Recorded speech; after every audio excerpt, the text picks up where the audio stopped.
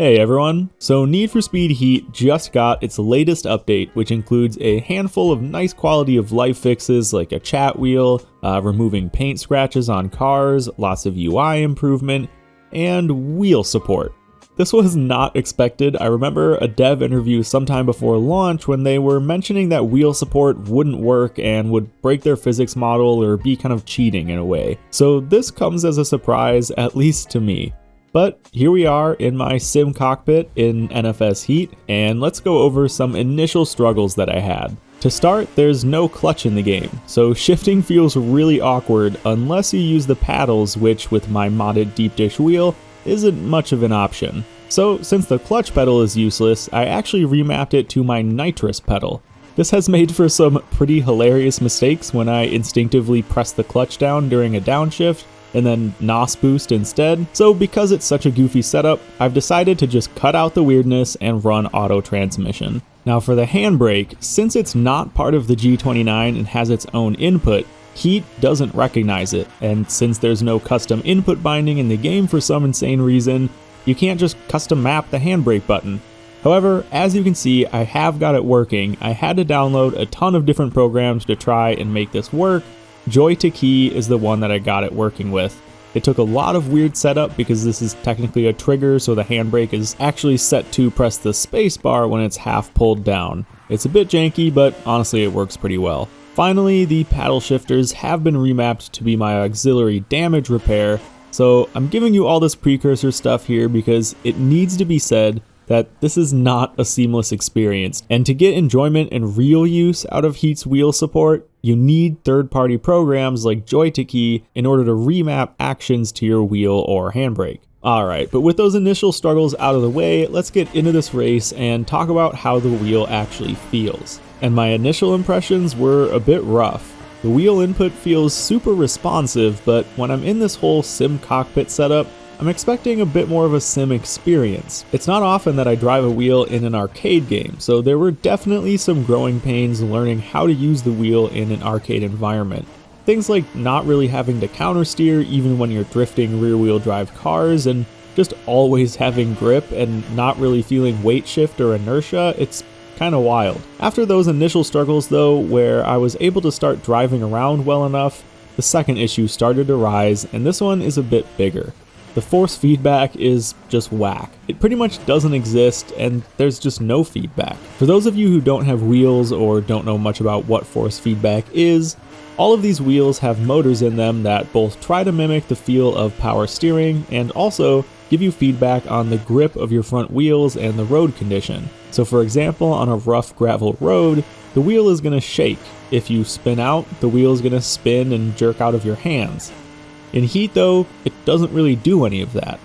As you turn the wheel left and right, you get some resistance, and if your front wheels leave the ground, the resistance goes away as it should, but beyond that, there's no road feeling or tire feeling. For example, when drifting in real life or in sim games, your front tires try to find the path of least resistance and stay pointed toward the direction of momentum, and your steering wheel will of course reflect that by spinning. This helps a ton with countersteer and understanding how much input you need to give to keep your drift going. In Need for Speed though, there's none of that. No matter what's going on with your tires or the weight shift on your car, the force feedback pretty much always feels the same. To wrap up this point though, Need for Speed isn't a sim game. It's full-blown arcade, and I didn't really feel like I was missing out or not able to feel the car because there's nothing to feel anyway. That's not how the physics works here.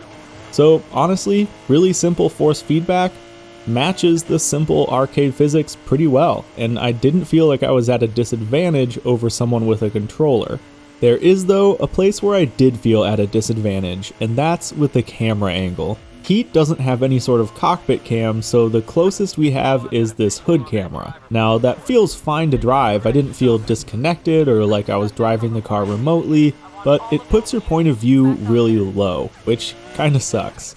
In a game where there's happily no rewind and fast reactions are necessary with dodging traffic, avoiding ramming cops and quick getaways, you're at a huge advantage in the third-person views, being able to see further ahead of you, behind you, and overall just having a wider field of view.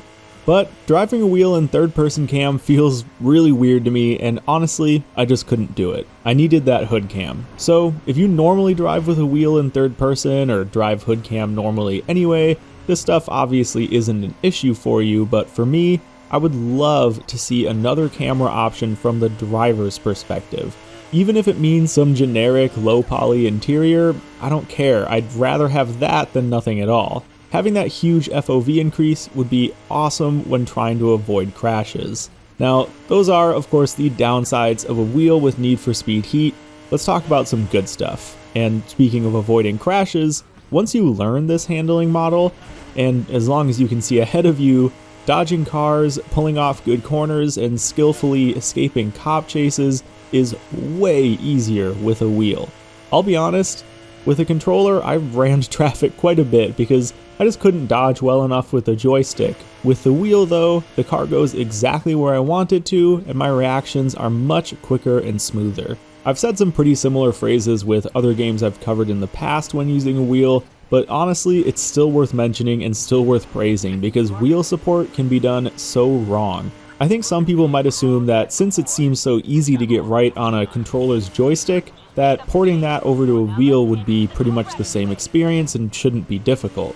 But not only are there so many behind the scenes handling and physics adjustments when you do race with a controller, they usually don't port well over to a wheel because a wheel is a much different style of input method than a tiny little joystick that just goes left to right in pretty much no time at all, where with a wheel, it takes time to rotate the wheel all the way left and then all the way right. So the devs have to balance for that and consider in their physics that players might be using a keyboard, an Xbox gamepad, or a wheel setup. And even though those input styles are so different and can offer different advantages, the developers still have to create a handling experience that's similar across the board. And honestly, because most people don't use a racing wheel in their day-to-day gaming, support for them usually gets the least love. With that said, although my initial impressions of Heat's wheel support were that it was a bit too simple and honestly felt a bit shoehorned in, well, it fits the handling style really well and I don't at all feel like I'm at a disadvantage. If I wasn't stuck to using that hood cam, I'd feel unstoppable. This is where the fun really does start to come in. In many sim games like Assetto or Project Cars, you will no doubt be a faster, better driver with a wheel. But some games like Forza, you're often better off or at least evenly matched with controller drivers. So I went into this experience expecting the wheel to feel more like a novelty, fun for a few hours thing, but eventually I'd just go back to a controller. Now though, honestly, I might have to start pulling out my sim rig to play Heat, especially if they can get that cockpit camera view. So to wrap things up and answer the question of, is Need for Speed Heat's wheel support any good? Yeah, honestly, I didn't expect to be here right now. When I heard that wheel support was going to be thrown into this update after they said it might not work with their physics, I figured this was going to be a terrible, completely shoehorned in system that, like I was saying, would be just kind of for the novelty of cruising around, but when it came to competitive driving, the controller would win. I mean, that's how it is in Forza Horizon and a couple of other games. But seriously, I'm a much better driver with the wheel, and obviously it's more fun. I mean, having the more immersive experience, that's a given, but a lot of times it can be ruined by bad wheel support. That's not the case here. Yes, Need for Speed Heat's wheel support is actually pretty good. As just a quick anecdote to end out the video, I did try a few other cars and a few other situations. It's pretty consistent across the board. Drifting definitely took some getting used to because you don't have to counter steer, and that's just super odd. So I wouldn't say that's necessarily fun, but it works just about as well as the controller drifting does.